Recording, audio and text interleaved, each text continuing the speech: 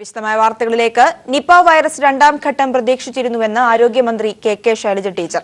1000-ഓളം പേർ നിരീക്ഷണത്തിലാണെന്നും മന്ത്രി വ്യക്തമാക്കി. വൈറസ് ബാധ ഗുരുതരമായതിനു ശേഷം മാത്രമേ പരിശോധനയിൽ തിരിച്ചറിയാനാകുന്നുള്ളൂ എന്നത് വെല്ലുവിളിയാണ്. ഓസ്ട്രേലിയയിൽ നിന്നെത്തിക്കുന്ന മരുന്നുകൾ പ്രയോഗിക്കാൻ സഹായിക്കുന്നതിനായി ICMR-യുടെ വിദഗ്ധ സംഘം കേരളത്തിലെത്തുമെന്നും മന്ത്രി പറഞ്ഞു. വ്യാപനം തടയാൻ മുൻകരുതൽ ശക്തിപ്പെടുത്തിയതായും മന്ത്രി തിരുവനന്തപുരത്ത് പറഞ്ഞു. ആ ഇൻക്യുബേഷൻ പീരീഡ് യഥാർത്ഥത്തിൽ ആദ്യത്തതിൻ്റെ ഇൻക്യുബേഷൻ പീരീഡ് ജൂൺ 5 കഴിഞ്ഞിട്ടാണ് അവസാനിക്കുകയാണെന്ന് നമ്മൾ കണക്കാക്കിയിട്ടുള്ളത്. അപ്പോൾ അങ്ങനെ വരുമ്പോൾ നമ്മൾ ഇത് വാച്ച് ചെയ്തുകൊണ്ടിരിക്കുകയായിരുന്നു. അതിനിടയിലാണ് ഈ ആദ്യത്തെ ആളുകളുമായി കോൺടാക്റ്റുള്ള 1-2 കേസ് റിപ്പോർട്ട് ചെയ്തതും പോസിറ്റീവായതും അതിൽ 2 ഡെത്ത് ഉണ്ടായതും. ഇപ്പോഴേതായാലും നമുക്ക് പുതിയ കേസ് വന്നപ്പോൾ പുതിയ കോൺടാക്റ്റ് ഐഡൻറ്റിഫൈ ചെയ്യേണ്ടി വന്നിരിക്കുകയാണ്. അത് ട്രേസ് ചെയ്യുന്നുണ്ട്, നന്നായിട്ട് ആ കാര്യങ്ങൾ നടക്കുന്നുണ്ട്. അതൊരു വലിയ ഒരു അസ്വസ്ഥത ഉണ്ടാക്കും വിധം ആകെ ഭയന്ന് ആളുകൾ മുഴുവൻ ഭയക്കേണ്ടുന്ന ഒരു കാര്യമല്ല. പക്ഷേ ഇവരുമായി കോണ്ടാക്റ്റുള്ള ആളുകൾ ശ്രദ്ധിക്കുക തന്നെ വേണം. ICMR-ൻ്റെ ഒരു ടീം വന്നു പോയി, അടുത്തൊരു ടീം കൂടി ഇപ്പോൾ വരാമെന്ന് സമ്മതിച്ചിട്ടുണ്ട്. പിന്നെ വൈറോളജി ഇൻസ്റ്റിറ്റ്യൂട്ടിലെ NIV-യിലെ ടീമും കൂടി വരാമെന്ന് സമ്മതിച്ചിട്ടുണ്ട്. പിന്നെ NCDC-യുടെ ടീമും ഡയറക്ടർ പറഞ്ഞത് എപ്പോൾ വിളിച്ചാലും രണ്ടാമത് വരാൻ അവർ തയ്യാറായിട്ടുണ്ട്. നിപ വൈറസ് ബാധയ്ക്കെതിരായ മരുന്ന് ഇന്ന് ഓസ്ട്രേലിയയിൽ നിന്നും എത്തുമെന്ന് ആരോഗ്യ വകുപ്പ് അധികൃതർ അറിയിച്ചു. നിപയുടെ പശ്ചാത്തലത്തിൽ കോഴിക്കോട് ജില്ലാ കോടതിയുടെ പ്രവർത്തനം താൽക്കാലികമായി നിർത്തിവെക്കണമെന്ന് കളക്ടറുടെ റിപ്പോർട്ട്. നടപടി കോടതി സൂപ്രണ്ട് നിപ ബാധിച്ച് മരിച്ചതിനെ തുടർന്ന് രണ്ടാം ഘട്ട പ്രതിരോധ നടപടികൾ ആരംഭിച്ചെന്ന് ആരോഗ്യമന്ത്രി. ജനങ്ങൾ ജാഗ്രത പാലിക്കണമെന്നും ആരോഗ്യ വകുപ്പിന്റെ മുന്നറിയിപ്പ്. ബാലുശ്ശേരി താലൂക്ക് ആശുപത്രിയിലെ ഡോക്ടർമാർക്കും ജീവനക്കാർക്കും അവധി നൽകി. കൂടുതൽ വിവരങ്ങളുമായി മേഘ ചേരുകയാണ്. മേഘ, നിപയുടെ രണ്ടാം ഘട്ടത്തിൽ കൂടുതൽ ശ്രദ്ധ വേണമെന്നും മുൻകരുതൽ വേണമെന്നും ആരോഗ്യ വകുപ്പ് നിർദ്ദേശിച്ചിരിക്കുന്നു. ഇപ്പോൾ മന്ത്രി കെ ശൈലജ ടീച്ചറും അതുതന്നെയാണ് പറഞ്ഞിരിക്കുന്നത്. മാത്രമല്ല, ഓസ്ട്രേലിയയിൽ നിന്നും പ്രതിരോധ മരുന്ന് എത്തും എന്നും വിവരം ലഭിക്കുന്നു. എന്താണ് ഇതിന്റെയൊക്കെ വിശദാംശങ്ങൾ? പ്രിയ, നിപ അതിന്റെ രണ്ടാം ഘട്ടത്തിലേക്ക് കടക്കുന്ന സാഹചര്യത്തിൽ ശക്തമായ പ്രതിരോധ പ്രവർത്തനം തന്നെയാണ് കോഴിക്കോട് കേന്ദ്രീകരിച്ച് നടക്കുന്നത്. ഇവിടെ DMO, DHS ഉൾപ്പെടെയുള്ള ആളുകളുടെ നേതൃത്വത്തിൽ യോഗങ്ങളും മീറ്റിങ്ങുകളും ഒക്കെ തന്നെയും ചേരുന്നുണ്ട്. പ്രതിരോധ പ്രവർത്തനങ്ങൾ ഏത് രീതിയിൽ മുൻപോട്ട് കൊണ്ടുപോകണം എന്നത് തന്നെയാണ് പ്രധാനമായും ചർച്ച ചെയ്യുന്നത്. പ്രധാനപ്പെട്ട കോഴിക്കോട് കോടതിയിലെ ഒരു സൂപ്രണ്ട് മരിക്കുന്ന ഒരു സാഹചര്യം ഉണ്ടായിരുന്നു. മധുസൂദനൻ സൂപ്രണ്ടായിരുന്നു കഴിഞ്ഞ ദിവസം നിപ ബാധിച്ച് മരിച്ചത്. അതുകൊണ്ട് തന്നെ കോടതിയുടെ പ്രവർത്തനവുമായി ബന്ധപ്പെട്ട ആശങ്കകൾ പങ്കുവച്ചുകൊണ്ട് ബാർ അസോസിയേഷൻ നേരത്തെ ഒരു കത്ത് ഹൈക്കോടതി രജിസ്ട്രാർക്ക് നൽകിയിരുന്നു. അതിനെ തുടർന്ന് ഹൈക്കോടതി കളക്ടറോട് വിശദീകരണം ആവശ്യപ്പെട്ടിരുന്നു. കോഴിക്കോട് ജില്ലാ കോടതിയിലെ പ്രവർത്തനം 10 ദിവസത്തേക്ക് നിർത്തിവെക്കണം എന്ന റിപ്പോർട്ടാണ് ഇപ്പോൾ കളക്ടർ ഹൈക്കോടതിക്ക് നൽകിയിരിക്കുന്നത്. അതിനുശേഷമായിരിക്കും ഹൈക്കോടതിയിൽ റിപ്പോർട്ട് എത്തിയതിനു ശേഷമായിരിക്കും ഇതുമായി ബന്ധപ്പെട്ടുള്ള തുടർ നടപടികൾ ഉണ്ടാവുക എന്ന് കൂടി അറിയുന്നു. ഒരു മുൻകരുതൽ എന്ന രീതിയിലാണ് ഇത്തരത്തിൽ കാര്യങ്ങൾ മുൻപോട്ട് പോകുന്നത്. മറ്റൊരു പ്രധാനപ്പെട്ട കാര്യം എന്നത് കോഴിക്കോട് ബാലുശ്ശേരി താലൂക്ക് ആശുപത്രിയിലെ ജീവനക്കാരെയും ഡോക്ടർമാർക്കും ജീവനക്കാർക്കും ആരോഗ്യവകുപ്പ് അവധി നൽകിയിട്ടുണ്ട്. കാരണം ഇന്നലെ മരണപ്പെട്ട ആൾ ബാലുശ്ശേരി ആശുപത്രിയിൽ ചികിത്സയിൽ ആയിരുന്നു. അവിടെ നിന്ന് നേരത്തെ മരിച്ച ഇസ്മയിൽ എന്ന വ്യക്തിയുമായി ഇയാൾക്ക് കോണ്ടാക്ട് ഉണ്ടായിരുന്നു. അയാളിൽ നിന്നാണ് രോഗം പടർന്നത് എന്ന നിഗമനത്തിലാണ് ആരോഗ്യ വകുപ്പ് ഉള്ളത്.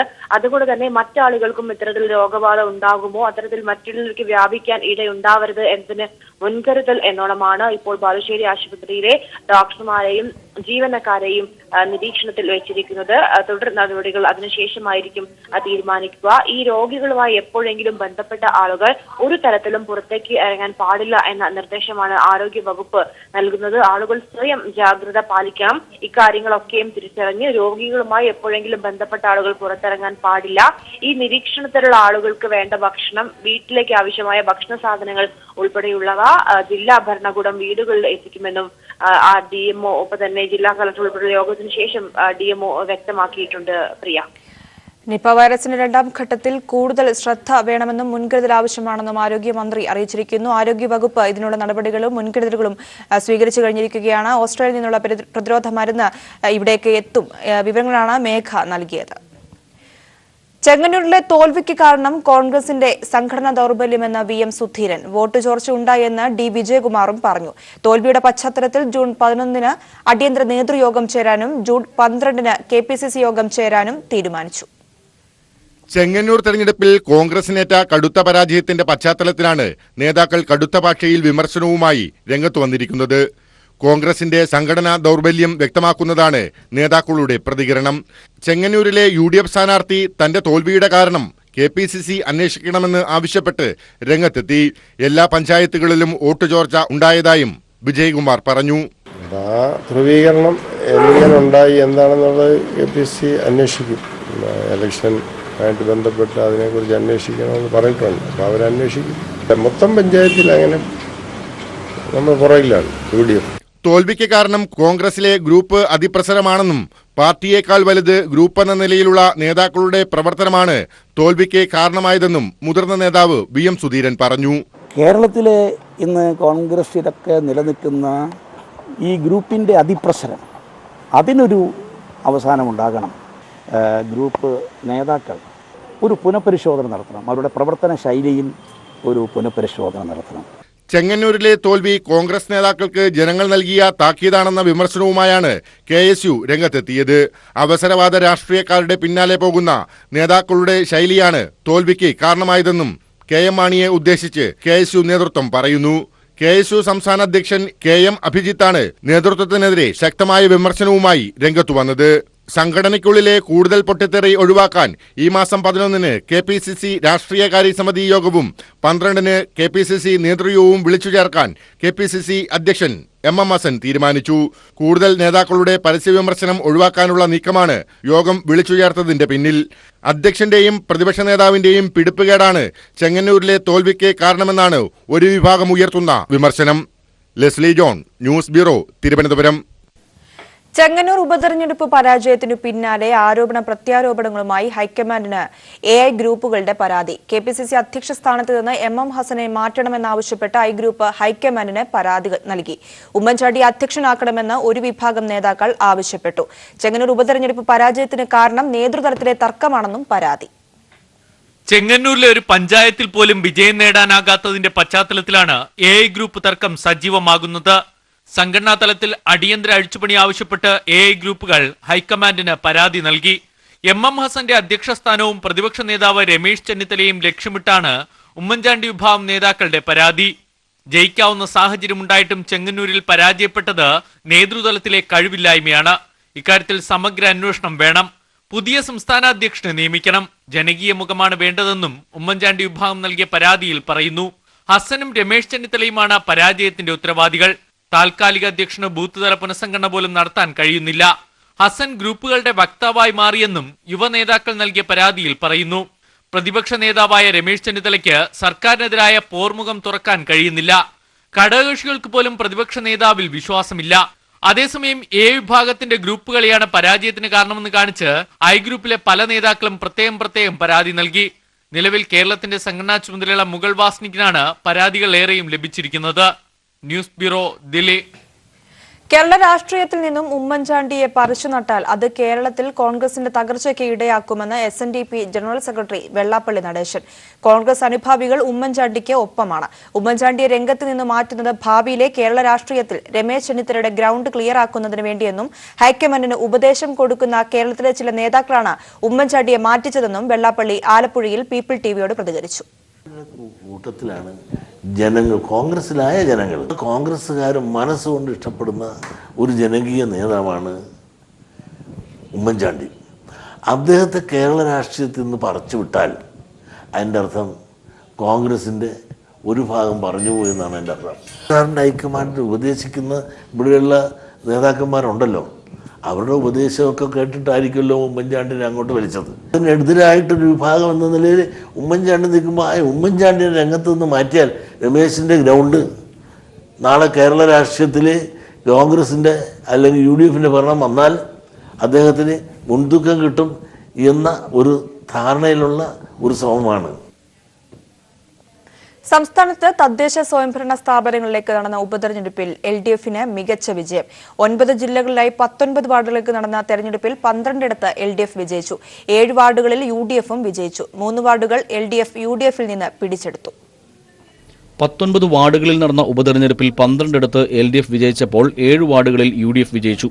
തിരുവനന്തപുരം വിളപ്പിൽ പഞ്ചായത്തിലെ കരുവിലാഞ്ചി വാർഡ് LDF UDFിൽ നിന്ന് പിടിച്ചെടുത്തു. ഇവിടെ 518 വോട്ടിന്റെ ഭൂരിപക്ഷമാണ് CPMലെ RS രതീഷ് കരസ്ഥമാക്കിയത്. കൊല്ലം കോർപ്പറേഷനിലെ അമ്മൻനട LDF നിലനിർത്തി. കോഴിക്കോട് ഉള്ളിയേരി പഞ്ചായത്തിലെ പുത്തഞ്ചേരി വാർഡും കൊയിലാണ്ടി നഗരസഭ പന്തലായനി വാർഡും LDF നിലനിർത്തി.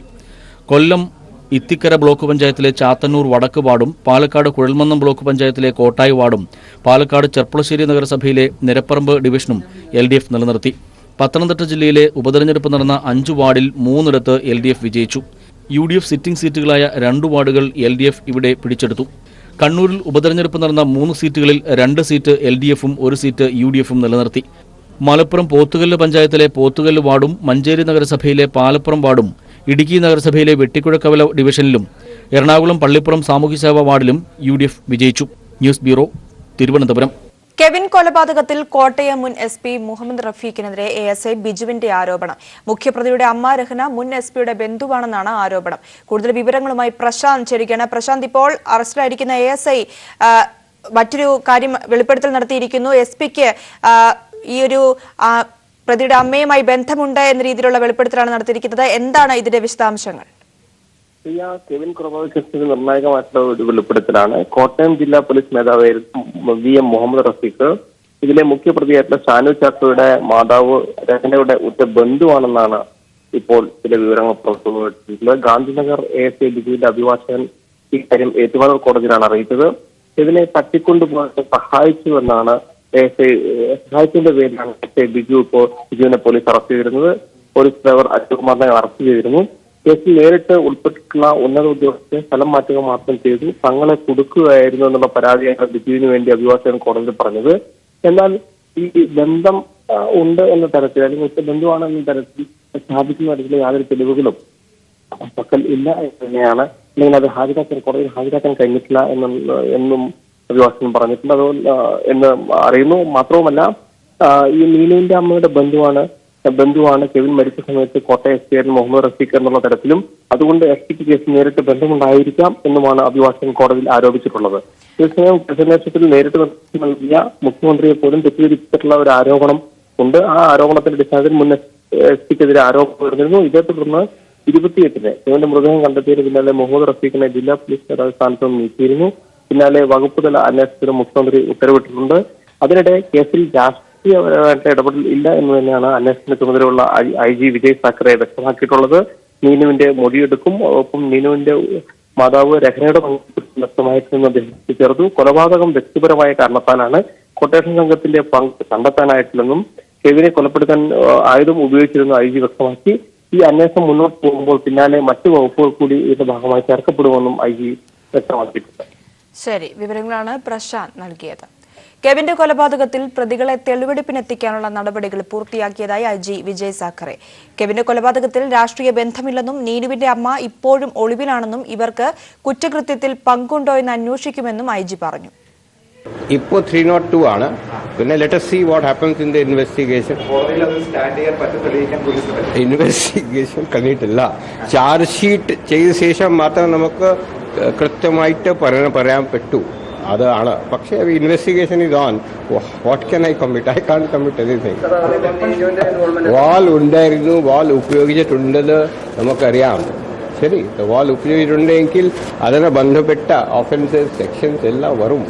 പക്ഷേ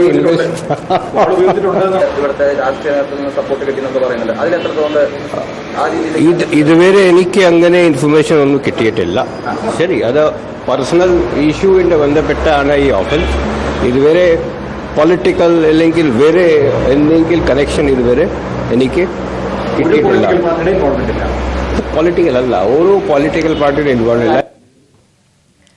കെവിനെ പുഴയിൽ ചാടിച്ച് കൊലപ്പെടുത്തുകയായിരുന്നുവെന്ന് റിമാൻഡ് റിപ്പോർട്ട്. കെവിൻ കാറിൽ നിന്ന് രക്ഷപ്പെട്ടെന്ന മൊഴി തള്ളി പോലീസ്. അന്വേഷണ ഉദ്യോഗസ്ഥൻ DYSP ഗിരീഷ് P സാരഥിയാണ് ഏറ്റുമാനൂർ കോടതിയിൽ സമർപ്പിച്ച റിപ്പോർട്ടിൽ ഇക്കാര്യം പറഞ്ഞിരിക്കുന്നത്. അതേസമയം കെവിന്റെ ആന്തരിക അവയവങ്ങളുടെ രാസപരിശോധനാ ഫലം ഇന്ന് ലഭിച്ചേക്കും.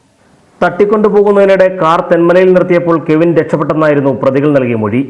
എന്നാൽ ഈ മൊഴികൾ തള്ളിക്കൊണ്ടുള്ള റിമാൻഡ് റിപ്പോർട്ടാണ് പോലീസ് കോടതിയിൽ സമർപ്പിച്ചിരിക്കുന്നത്. തെന്മല വൻമളമുറിയിൽ ആഴമുള്ള പുഴയുണ്ടെന്ന് അറിയാമായിരുന്ന പ്രതികൾ കെവിനെ കൊലപ്പെടുത്തണമെന്ന ഉദ്ദേശത്തോടെ പിന്തുടർന്ന് പുഴയിൽ ചാടിക്കുകയായിരുന്നു. ഇത് മരണത്തിലേക്ക് നയിച്ചു. മർദ്ദനമേറ്റ് അവശനിലയിലായതിനാൽ കെവിൻ പുഴയിൽ മുങ്ങിത്താഴുകയായിരുന്നു. 1-ാം പ്രതി ഷാനു ചാക്കോ, 5-ാം പ്രതി ചാക്കോ, കൊട്ടേഷൻ സംഘാംഗം മനു മുരളീധരൻ എന്നിവർക്കായി ഏറ്റുമാനൂർ 1-ാം class judicial first class magistrate കോടതിയിൽ സമർപ്പിച്ച റിപ്പോർട്ടിലാണ് ഇക്കാര്യങ്ങൾ വ്യക്തമാക്കിയിട്ടുള്ളത്. കൊലപാതകം, ഗൂഢാലോചന, തട്ടിക്കൊണ്ടുപോകൽ, അപായപ്പെടുത്തണം എന്ന ഉദ്ദേശത്തോടെ വീട്ടിൽ അതിക്രമിച്ചു കയറുക, മർദ്ദിക്കുക, വീട്ടിൽ നാശനഷ്ടം വരുത്തുക തുടങ്ങിയ വകുപ്പുകളാണ് പ്രതികൾക്കെതിരെ ചുമത്തിയിരിക്കുന്നത്. പ്രതികൾ സാക്ഷികളെ സ്വാധീനിക്കാനും സംഘർഷമുണ്ടാക്കാനും സാധ്യതയുള്ളതായും റിമാൻഡ് റിപ്പോർട്ടിൽ പറയുന്നു. അന്വേഷണ ഉദ്യോഗസ്ഥൻ ഡിവൈഎസ്പി ഗിരീഷ് പി സാരഥിയാണ് കോടതിയിൽ റിപ്പോർട്ട് സമർപ്പിച്ചത്. മെയ് 27 രാവിലെ ഗാന്ധിനഗർ ASIയുമായുള്ള ഫോൺ സംഭാഷണത്തിലെ കെവിൻ രക്ഷപ്പെട്ടെന്ന് മുഖ്യപ്രതി ഷാനു പറഞ്ഞിരുന്നു. എന്നാൽ റിമാൻഡ് റിപ്പോർട്ട് പുറത്തു വന്നതോടെ ഇത് കെവിൻ കൊല്ലപ്പെട്ട ശേഷമാണെന്നും വ്യക്തമായിരിക്കുകയാണ്. TP Prashanth, news bureau, Kottayam. ദിനംപ്രതി വർദ്ധിക്കുന്ന ഇന്ധനവിലയ്ക്ക് പിന്നാലെ പാചകവാതക വിലയിലും വൻ വർധനവ്. പുതിയ നിരക്ക് പ്രകാരം ഗാർഹിക സിലിണ്ടറിന് 49 രൂപയും വാണിജ്യ സിലിണ്ടറിന് 78 രൂപ 50 പൈസയുമാണ് വർദ്ധിച്ചത്. അതേസമയം പാചകവാതക സബ്സിഡിയിലുള്ളവർക്ക് 190 രൂപ 66 പൈസ അക്കൗണ്ടിൽ തിരികെ ലഭിക്കും. ഇന്ധനവിലയ്ക്ക് പിന്നാലെ ജനങ്ങൾക്ക് ഇരുട്ടടിയായി പാചകവാതകത്തിന്റെ വിലയും കുത്തനെ കൂട്ടി. ഗാർഹിക സിലിണ്ടറിന് 49 രൂപയാണ് വർദ്ധിപ്പിച്ചിരിക്കുന്നത്. ഇതോടെ 14.2 കിലോ ഭാരമുള്ള സിലിണ്ടറിന് 688 രൂപ 50 പൈസ നൽകണം. അതേസമയം വാണിജ്യ സിലിണ്ടറിന്റെ വില 78 രൂപ 50 പൈസയുമാണ് കൂട്ടിയിരിക്കുന്നത്. 19 കിലോ ഭാരമുള്ള ഗ്യാസ് സിലിണ്ടറിന് പുതുക്കിയ വില പ്രകാരം 1229 രൂപ 50 പൈസ നൽകണം. പാചകവാതക സബ്സിഡി ഉള്ളവർക്ക് 190 രൂപ 66 പൈസ തിരിച്ച് അക്കൗണ്ടിലേക്ക് ലഭിക്കും. ഇതോടെ സബ്സിഡി സിലിണ്ടറിന്റെ ഫലത്തിൽ വില 497 രൂപ 84 പൈസയാണ്. ആഗോള വിപണിയിലെ ഇന്ധനവിലയുടെ അടിസ്ഥാനത്തിൽ ഓരോ മാസവും പാചകവാതക കമ്പനികൾ പാചകവാതകത്തിന്റെ വിലയിൽ മാറ്റം വരുത്താറുണ്ട്. സാധാരണ മാസത്തിന്റെ അവസാന ദിവസം അർദ്ധരാത്രിയോടെയാണ് ഇത് തീരുമാനിക്കുന്നത്. ഇതനുസരിച്ചാണ് പുതിയ വില പ്രാബല്യത്തിൽ വന്നിരിക്കുന്നത്. എന്നാൽ കഴിഞ്ഞ മാസങ്ങളെ അപേക്ഷിച്ച് ഇത് ഉയർന്ന വില വർധനവ് തന്നെയാണ്. ജനജീവിതത്തെ താറുമാറാക്കുന്ന തരത്തിലേക്കാണ് വില വർധനവ് ഉണ്ടായിരിക്കുന്നത്.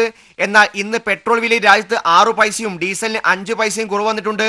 ഇതോടെ ദില്ലിയിൽ പെട്രോൾ വില 78 രൂപ 29 പൈസയും ഡീസലിന് 69 രൂപ 20 പൈസയുമായി കുറഞ്ഞു. മുംബൈയിലെ നിലവിലെ പെട്രോൾ വില 86 രൂപ 10 പൈസയും ഡീസലിന് 73 രൂപ 67 പൈസയുമാണ്. News bureau, Delhi. 18കാരനും 19കാരിക്കും ഒരുമിച്ച് ജീവിക്കാമെന്ന ഹൈക്കോടതിയുടെ ഉത്തരവ് വന്നിരിക്കുന്നു. പെൺകുട്ടിയെ തിരികെ ലഭിക്കണമെന്നാവശ്യപ്പെട്ട് പിതാവ് നൽകിയ ഹർജി കോടതി തള്ളിയിരിക്കുകയാണ്. കൂടുതൽ വിശദാംശങ്ങളുമായി സിബി ചേരുകയാണ്. സിബി, ഹൈക്കോടതിയുടെ നിർണായകമായ ഒരു ഉത്തരവാണ് വന്നിരിക്കുന്നത്. 18കാരനും 19കാരിയുമായ പെൺകുട്ടിക്ക് ഒരുമിച്ച് ജീവിക്കാം എന്ന് കോടതി നിരീക്ഷിച്ചിരിക്കുന്നു. എന്താണ് ഇതിന്റെ വിശദമായ ഉത്തരവിന്റെ വിശദാംശങ്ങൾ? പ്രിയ 18 വയസ്സുള്ള തന്റെ മകളെ വെട്ടിക്കിട്ടണമെന്ന് ആവശ്യപ്പെട്ടുകൊണ്ട് ആലപ്പുഴ സ്വദേശിയായ മുഹമ്മദ് റിയാസ് നൽകിയ ഹേബിയസ് കോർപ്പസ് ഹർജിയിൽ തീർപ്പാക്കിക്കൊണ്ടാണ് ഹൈക്കോടതി നിർണായകമായ ഉത്തരവ് പുറപ്പെടുവിച്ചത്. 18കാരിക്കും 19 വയസ്സുകാരും വിവാഹപ്രായമായില്ലെങ്കിലും ഒരുമിച്ച് ജീവിക്കുന്നതിൽ നിയമ തടസ്സമില്ലെന്നാണ് ഹൈക്കോടതിയുടെ ഡിവിഷൻ ബെഞ്ച് ഉത്തരവിട്ടത്. പ്രായപൂർത്തിയായ പെൺകുട്ടിക്ക് ആരുടെ കൂടെ ജീവിക്കണമെന്ന് സ്വമേധയാ തീരുമാനിക്കാനുള്ള നിയമപരിരക്ഷയുണ്ടെന്നും ഹൈക്കോടതി ഉത്തരവിട്ടു. സുപ്രീം കോടതി വിധിയുടെ പശ്ചാത്തലത്തിലായിരുന്നു ഹൈക്കോടതിയുടെ ഇത്തരത്തിലുള്ള ഉത്തരവ്. നേരത്തെ സുപ്രീം കോടതിയും ഇത് സംബന്ധിച്ച് വിവാഹിതരാകാതെ തന്നെ ഒരുമിച്ച് ജീവിക്കാം, പ്രായപൂർത്തിയായാലും ഒരുമിച്ച് ജീവിക്കാമെന്ന് സുപ്രീം കോടതി നേരത്തെ വ്യക്തമാക്കിയിരുന്നു. ഈ സുപ്രീം കോടതി ഉത്തരവിനെ ഉദ്ധരിച്ചുകൊണ്ടാണ് ഹൈക്കോടതി ഇത്തരത്തിലൊരു നിർണായകമായ വിധി പ്രസ്താവിച്ചിരിക്കുന്നത്. ഇതിൽ വിവാഹിതരാകാതെ തന്നെ രണ്ടുപേർക്കും പ്രായപൂർത്തിയായ സാഹചര്യത്തിൽ ഇവർക്ക് ഒരുമിച്ച് ജീവിക്കാനുള്ള അവകാശമുണ്ടെന്നും ഈ കാര്യത്തിൽ കോടതിക്ക് ഇടപെടാൻ കഴിയില്ലെന്നും ഹൈക്കോടതി വ്യക്തമാക്കുകയുണ്ടായി. ഏറെ പ്രസിദ്ധമായ ഒരു വിധിന്യായം കൂടിയാണ് ഇത്. ഇപ്പോഴത്തെ സാഹചര്യത്തിൽ ഏറെ പ്രസിദ്ധം തന്നെയാണ് ഈ വിധിന്യായവും. ഇവർക്ക് നിയമപരിരക്ഷ ഉണ്ടെന്നും കോടതി വ്യക്തമാക്കുകയും ചെയ്തു. ഈ 18കാരനായ പെൺകുട്ടിയും 18കാരിയായ പെൺകുട്ടിയും 19കാരനായ ഒരു യുവാവും ഒരുമിച്ച് ജീവിക്കണം എന്നാവശ്യപ്പെട്ടു. അല്ലെങ്കിൽ ഇത്തരത്തിൽ ഒരുമിച്ച് ജീവിക്കുന്നതിൽ ഇവർക്ക് നിയമ തടസ്സമില്ല. പ്രായപൂർത്തിയായ പെൺകുട്ടിക്ക് ഇഷ്ടം പോലെ ജീവിക്കാനുള്ള അവകാശമുണ്ട് എന്ന് ഉദ്ധരിച്ചുകൊണ്ട് രക്ഷിതാക്കളുടെ ആവശ്യം ഹൈക്കോടതി തള്ളുകയായിരുന്നു. ഇത്തരത്തിൽ ഹേബിയസ് കോർപ്പസ് ഈ ഹർജി നിലനിൽക്കില്ലെന്നും ഹൈക്കോടതി തള്ളിക്കൊണ്ട് പറയുകയുണ്ടായി. എന്തായാലും ഏറെ നിർണായകമായ ഒരു ഉത്തരവാണ് അല്പസമയം മുമ്പ് ഈ ഒരു കേസുമായി ബന്ധപ്പെട്ടുകൊണ്ട് ഹൈക്കോടതിയുടെ ഭാഗത്തുനിന്നുണ്ടായിരിക്കുന്നത്. പ്രിയ, 18കാരനും 19കാരിക്കും ഒരുമിച്ച് ജീവിക്കാമെന്ന ഹൈക്കോടതി ഉത്തരവ് വന്നിരിക്കുകയാണ്. വിവരങ്ങളാണ് സിബി നൽകിയത്. കുരുന്നുകൾ ഇന്നു മുതൽ സ്കൂളിലേക്ക്. പ്രവേശനോത്സവത്തിന്റെ സംസ്ഥാനതല ഉദ്ഘാടനം Thiruvananthapuram Nedumangad girls higher secondary സ്കൂളിൽ മുഖ്യമന്ത്രി നിർവഹിച്ചു. കേരളത്തിലെ പൊതുവിദ്യാലയങ്ങളെ അന്താരാഷ്ട്ര നിലവാരമുള്ള സ്കൂളുകളാക്കി മാറ്റുമെന്ന് ഉദ്ഘാടന പ്രസംഗത്തിൽ മുഖ്യമന്ത്രി പറഞ്ഞു. നമ്മുടെ പൊതുവിദ്യാലയങ്ങളാണ് മതനിരപേക്ഷത വലിയ തോതിൽ സംരക്ഷിക്കുന്നതിനും പ്രോത്സാഹിപ്പിക്കുന്നതിനും ഇടയാക്കിയിട്ടുള്ളത്. പൊതുവിദ്യാലയങ്ങളുടെ പ്രത്യേകത വലിയ ഭിന്നതകളില്ല എന്നുള്ളതാണ്. ഒരു തരത്തിലുള്ള ഭിന്നതയും നമ്മുടെ കുട്ടികളുടെ ഇടയിൽ ഈ പൊതുവിദ്യാലയങ്ങളിൽ ഉണ്ടാകാറില്ല. നേരത്തെ ബഹുമാനപ്പെട്ട മുഖ്യമന്ത്രി പറഞ്ഞതുപോലെ വിഷമമുള്ള ഒന്നാകരുത്. അതേറ്റവും എളുപ്പവും കളിക്കുന്നതും ചിരിക്കുന്നതും പോലെ സന്തോഷമുള്ളതുമാകണം. എന്നാലേ കുട്ടികൾ നല്ലതുപോലെ മനസ്സിലാക്കി പഠിക്കൂ. അതുകൊണ്ട് പഠനം പാൽപ്പായസമാക്കണം എന്നുള്ളതാണ് സർക്കാരിൻ്റെ ലക്ഷ്യം. കൊച്ചിയിൽ അക്ഷരമുറ്റത്തേക്ക് ആദ്യമായി എത്തിയ കുട്ടികളെ സമ്മാനങ്ങളും മധുരവും നൽകി സ്വാഗതം ചെയ്ത് എറണാകുളം സിറ്റി പോലീസ്. കുട്ടികൾക്ക് പോലീസിനോടുള്ള ഭയം ഇല്ലാതാക്കുക എന്ന ലക്ഷ്യത്തോടെയാണ് എറണാകുളം സെന്റ് ആൽബർട്ട്സ് സ്കൂളിൽ പ്രവേശനോത്സവം സംഘടിപ്പിച്ചത്. ജില്ലയിൽ 22,000-ഓളം കുട്ടികളാണ് പുതിയതായി പൊതുവിദ്യാലയങ്ങളിലേക്ക് എത്തിയത്. പുതിയ ബാഗും കുടയും പുസ്തകങ്ങളുമായി എത്തിയ കുരുന്നുകളെ സ്വീകരിക്കാൻ കാക്കിയിട്ട പോലീസുകാർ നിരന്നപ്പോൾ ആദ്യം അമ്പരപ്പ്, പിന്നെ മിഠായിയും ബുക്കും പെൻസിലുമെല്ലാം നൽകിയപ്പോൾ കുരുന്നുകളുടെ ചുണ്ടിൽ നിറഞ്ഞ പുഞ്ചിരി. എറണാകുളം സെന്റ് ആൽബർട്ട് സ്കൂളിലാണ് പോലീസ് വക പ്രവേശനോത്സവം നടന്നത്. City police commissioner M P ദിനേശും അസിസ്റ്റന്റ് കമ്മീഷണർ ലാൽജിയും സെൻട്രൽ CI അനന്തലാലും കുരുന്നുകളെ വരവേൽക്കാൻ നേരത്തെ എത്തി. Good morning.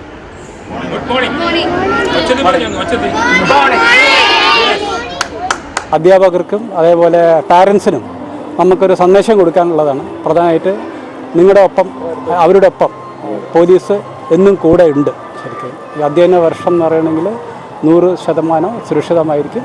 എന്നും ഞങ്ങൾ അവരുടെ കൂടെ ഉണ്ട് എന്നുള്ള സന്ദേശം കൊടുക്കാൻ വേണ്ടിയിട്ടാണ്.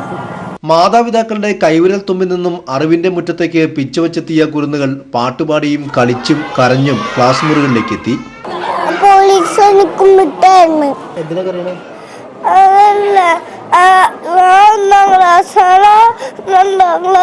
എനിക്കറിഞ്ഞൂടാ, അമ്മേനോട് ചോദിക്കണം, എന്നാലേ എനിക്കറിയാൻ പാടുള്ളൂ. Twinkle twinkle little star, how I wonder what you are.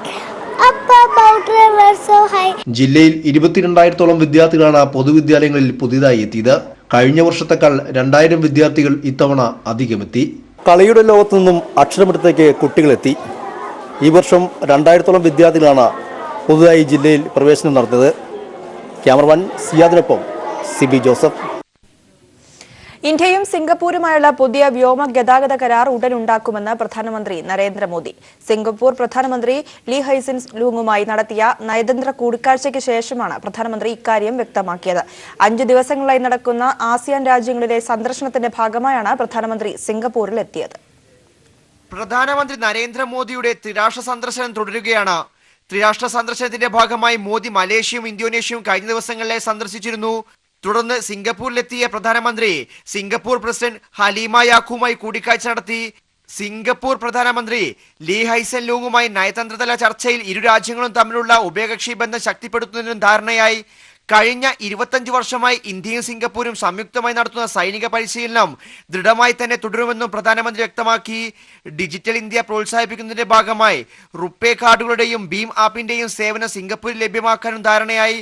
ആന്ധ്രയുടെ തലസ്ഥാനമായ അമരാവതി നഗരം കെട്ടിപ്പടുക്കുന്നതിനും പൂനെ വിമാനത്താവള നിർമ്മാണത്തിനും സിംഗപ്പൂർ പ്രധാന പങ്കുവഹിക്കുന്നുണ്ടെന്ന് സിംഗപ്പൂർ പ്രധാനമന്ത്രി ലീ ഹൈസൻ ലൂങ് സംയുക്ത പ്രസ്താവനയിൽ വ്യക്തമാക്കി. തുടർന്ന് നാണെ ടെക്നോളജിക്കൽ യൂണിവേഴ്സിറ്റിയിൽ വിദ്യാർത്ഥികളുമായി ആശയവിനിമയ പരിപാടിയിലും മോദി പങ്കെടുത്തു.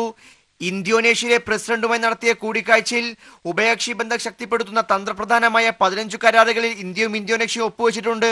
News bureau, Delhi. എളുപ്പം രക്ഷപ്പെടാമെന്നും MLA വോട്ടർമാരെ ഉപദേശിക്കുന്നു. ഇക്കഴിഞ്ഞ മാസം 7-ാം തീയതി നടത്തിയ പ്രസംഗത്തിന്റെ ദൃശ്യങ്ങൾ സോഷ്യൽ മീഡിയയിലൂടെ പുറത്തുവന്നു. ഉത്തരേന്ത്യയിലെ BJP MLA-മാരുടെ മണ്ടത്തര പ്രസംഗങ്ങൾ കുപ്രസിദ്ധമാണ്. ഇതിനു പിന്നാലെയാണ് നിയമലംഘനം നടത്താൻ പരസ്യമായി ആഹ്വാനം ചെയ്ത് രാജസ്ഥാനിലെ ബിലാര MLA അർജുൻ ലാൽ ഖാർഗെയുടെ പ്രസംഗം. ജൈന്താവാസ് ഗ്രാമത്തിൽ ബിഷ്ണോയ് സമുദായത്തിന്റെ പ്രാർത്ഥനാ ചടങ്ങിന് മുന്നോടിയായി നടന്ന സമുദായ നേതാക്കളുടെയും പ്രവർത്തകരുടെയും യോഗത്തിൽ സംസാരിക്കുകയായിരുന്നു MLA. കഞ്ചാവ് പോലുള്ള ലഹരി വസ്തുക്കൾ വിൽക്കരുതെന്ന് പറഞ്ഞു തുടങ്ങിയ MLA സ്വർണ്ണക്കടത്തിന്റെ ഗുണഗണങ്ങളെക്കുറിച്ച് വർണ്ണിച്ചു തുടങ്ങി. ലഹരിക്കടത്തിൽ നിന്ന് സമുദായത്തിലെ യുവാക്കൾ മാറി നിൽക്കണം, പകരം സ്വർണ്ണക്കള്ളക്കടത്ത് നടത്തണം. രണ്ടിലും കിട്ടുന്ന സാമ്പത്തിക ലാഭം ഒന്നു തന്നെയാണ്. പക്ഷേ ലഹരിക്കടത്തിൽ പിടികൂടിയാൽ ജാമ്യം കിട്ടില്ല. എന്നാൽ സ്വർണ്ണക്കള്ളക്കടത്തിൽ ജാമ്യം കിട്ടും. കേസിൽ നിന്ന് എളുപ്പം ഊരിപ്പോകാം. അതുകൊണ്ട് സ്വർണ്ണക്കടത്തിൽ പിടികൂടുന്നത് സമുദായം അന്തസ്സായി കാണണമെന്നും MLA ആവശ്യപ്പെടുന്നു. ദേവാസി സമുദായത്തിലെ നിരവധി പേർ കഞ്ചാവ് കേസിൽ ജാമ്യം കിട്ടാതെ രാജസ്ഥാൻ ജയിലുകളിൽ കിടപ്പുണ്ടെന്ന മുന്നറിയിപ്പും MLA നൽകുന്നുണ്ട്. നിയമലംഘനം നടത്താൻ BJP MLA ആഹ്വാനം ചെയ്യുന്ന ഈ പ്രസംഗം ഇപ്പോൾ സോഷ്യൽ മീഡിയയിലൂടെ വ്യാപകമായി പ്രചരിക്കുകയാണ്. പക്ഷേ സംഭവത്തെക്കുറിച്ച് പ്രതികരിക്കാൻ രാജസ്ഥാൻ BJP ഘടകം തയ്യാറായിട്ടില്ല. News bureau, Delhi. കുമ്മനം രാജശേഖരനെതിരെ മിസോറാമിൽ പ്രതിഷേധം. ഹിന്ദു തീവ്രവാദിയായ കുമ്മനം എത്രയും പെട്ടെന്ന് സംസ്ഥാനം വിടണമെന്ന് പ്രതിഷേധക്കാരുടെ ആവശ്യം. മിസോറാം ഗവർണറായി ചുമതലയേറ്റതിന് തൊട്ടു പിന്നാലെ കുമ്മനം രാജശേഖരനെതിരെ പ്രാദേശിക രാഷ്ട്രീയ പാർട്ടികളുടെ പ്രതിഷേധം. പ്രാദേശിക രാഷ്ട്രീയ സംഘടനയായ people representation for identity and status of the Mizoram എന്ന സംഘടനയാണ് കുമ്മനം മിസോറാം വിട്ടുപോകണമെന്നാവശ്യപ്പെട്ട് രംഗത്ത് വന്നത്. കുമ്മനം തീവ്ര ഹിന്ദുത്വവാദിയെന്നാണ് പ്രതിഷേധക്കാരുടെ ആരോപണം. ഗവർണർ നിയമനത്തിനെതിരെ വിവിധ ക്രൈസ്തവ സംഘടനകളെയും രാഷ്ട്രീയ പാർട്ടികളെയും NGOകളെയും സമീപിച്ചിരിക്കുകയാണ് പ്രിസം എന്ന ഈ സംഘടന. കേരളത്തിലെ BJPയുടെ പ്രസിഡന്റ് എന്ന നിലയ്ക്ക് പുറമെ RSS നേതാവ് എന്ന നിലയിലും വിശ്വ ഹിന്ദു പരിഷത്ത് നേതാവ് എന്ന നിലയിലും സജീവ പ്രവർത്തകനാണെന്നും പ്രിസം പുറത്തിറക്കിയ വാർത്താക്കുറിപ്പിൽ പറയുന്നു. മിസോറാമിലെ ന്യൂനപക്ഷങ്ങൾക്ക് കുമ്മനം ഭീഷണിയാകുമെന്ന് ഇവർ ആരോപിക്കുന്നു. കേരളത്തിലെ മതേതരത്വത്തിനെതിരായ പ്രവർത്തനങ്ങൾ നടത്തി 1983 നിലയ്ക്കൽ ക്രിസ്ത്യാനികൾക്കെതിരെ വർഗീയ ചേരിതിരിവുണ്ടാക്കാൻ കുമ്മനം നേരിട്ടിടപെട്ടു. കേരളത്തിൽ വെച്ച് ക്രിസ്ത്യൻ മിഷണറിയായ ജോസഫ് കൂപ്പർ ആക്രമിക്കപ്പെട്ട സംഭവത്തിൽ കുമ്മനം കുറ്റാരോപിതനാണ് എന്നിങ്ങനെ പോകുന്നു ആരോപണങ്ങൾ. ഗവർണറുടെ നിയമനവും രാഷ്ട്രീയ ഇടപെടലുകളുമെല്ലാം വിമർശന വിധേയമാക്കാറുണ്ടെങ്കിലും ചുമതല ഏറ്റെടുത്ത ഉടനെ ഗവർണർ സ്ഥാനം വിടണമെന്ന ആവശ്യമുയരുന്നത് ഇതാദ്യമായാണ്. News desk. ദില്ലിയിലും ജമ്മുകശ്മീരിലും 3 ദിവസത്തേക്ക് ജാഗ്രതാ നിർദ്ദേശം. 12 ജെയ്ഷെ മുഹമ്മദ് തീവ്രവാദികൾ രാജ്യത്ത് നുഴഞ്ഞുകയറിയെന്ന് രഹസ്യാന്വേഷണ വിഭാഗത്തിന്റെ റിപ്പോർട്ട്. രാജ്യത്തെ പ്രധാന നഗരങ്ങളിൽ കനത്ത ജാഗ്രതാ നിർദ്ദേശം.